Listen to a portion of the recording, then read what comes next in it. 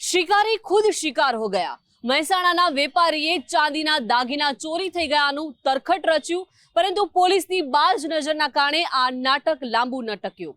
દિયોદર પોલીસે બાજ નજર રાખી ગણતરીના કલાકોમાં જ આરોપી સહિત 3 લોકોની ધરપકડ કરી છે।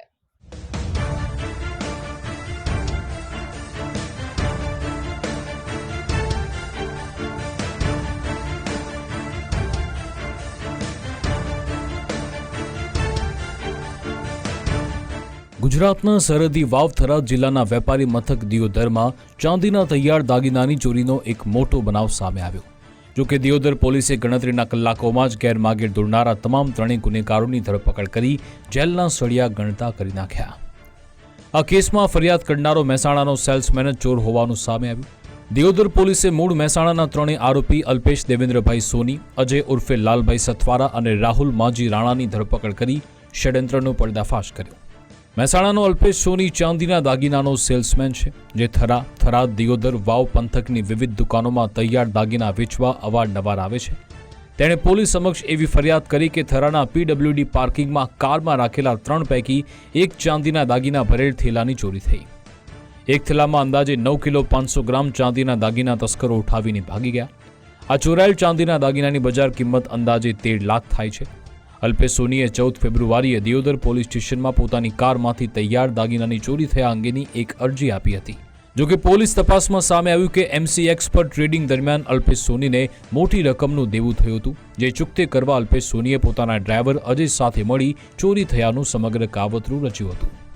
એવી જણાઈ આવી પોલીસને, જેથી પોલીસની અમે police sub inspector DK Chaudhary સાહેબ અને તાબાના પોલીસ સ્ટાફના માણસ એમ અમે 2 અલગ ટીમો બનાવી અને ફરિયાદીને અલગ રાખ્યો અને ફરિયાદી અલ્પેશ કુમારને અને એની સાથે આવેલો એનો ડ્રાઈવર શાહિદ અજય છે, બંનેને અલગ રાખી અને યુક્તિ પ્રયુક્તિથી પૂછપરછ કરેલ, જેમાં તેમનો સાથેનો જે ડ્રાઈવર શાહિદ હતો અજય એ ભાંગી પડેલો અને એણે આખી હકીકતની વાકેફ કરેલી કે વાકેફ એ રીતે કર્યું હતું કે ભાઈ અમારે જે આ ચોરી બનેલી જે ઘટના અમે ચોરી લખાવેલી છે એનું કાવતરું એના શેઠ એને પોતે અલ્પેશ ફરિયાદી પોતે અને અજય એ બંને જ કરવામાં આવેલું હતું।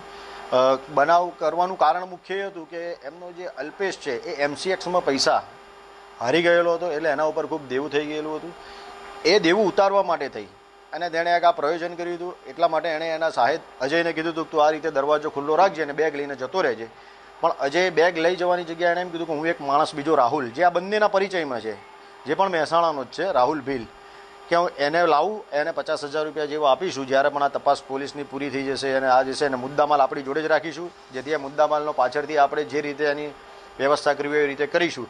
તેમ આખું ષડયંત્ર કાવતરું રચી પહેલા તો અજયે ચોરી કરવી તેવો પ્લાન ઘડ્યો હતો, પરંતુ અજયના કહેવાથી ત્રીજા આરોપી તરીકે મૂળ મહેસાણાના રાહુલ માજી રાણાને ષડયંત્રમાં સામેલ કરાયો। આ 3 જણાએ એકવાર થરાના બજાર અને પાર્કિંગ સુધીની રેકી પણ રાહુલ પાસે કરાવી। પછી પોલીસની નજરથી બચવા રાહુલને અલગથી બસમાં થરા પહોંચવા કહ્યું। રાહુલ ચોરીનો મુદ્દામાલ લઈને બસમાં પોતાના ઘરે પહોંચ્યો હતો। આ 3ને ઝડપી પોલીસે ચોરીના દાગીનાનો તમામ મુદ્દામાલ જપ્ત કર્યો છે। કીધું એ પ્રમાણે અજય અમને વાત કરી, એ જ વાત પછી અમે અલ્પેશ કુમારને પૂછ્યું, એણે પણ એનો સ્વીકાર કરેલો અને રાતોરાત જ એક ટીમ બનાવી અને મહેસાણા મૂકતા રાહુલ પણ મળી આવેલો અને રાહુલને પણ અહીંયા લાવીને એની પૂછપરછ અલગ રીતે કરતા અને સમગ્ર ગુનાની અને આખા બનાવની જે શાહિદ અને ફરિયાદી એટલે આ ગુનાના તમામ આરોપીઓએ અલગ મેં એક જ સરખી કબૂલાત કરતા તમામના ગુનાના કામે અટક કરી અને પછી રિકન્સ્ટ્રક્શન પંચનામું કરેલ અને ડિસ્કવરી પંચનામા કરી અને રાહુલના ઘરેથી સદર ગુનાનો સંપૂર્ણ મુદ્દામાલ જે ચોરીમાં ગયેલો હતો એ સંપૂર્ણ રિકવર કરવામાં આવેલો। શાતિર અલ્પેશ સોનીએ પહેલા તો દિયોદર તેમજ થરા વિસ્તારના સોની વેપારીઓને પણ ગેરમાર્ગે દોર્યા હતા। આ સોની વેપારી પણ અલ્પેશના વિશ્વાસમાં આવી પોલીસ મથકે ફરિયાદ કરવા ગયા હતા, પરંતુ પોલીસને આરોપીના વર્તન અને વાતોમાં મતભેદ લાગ્યો।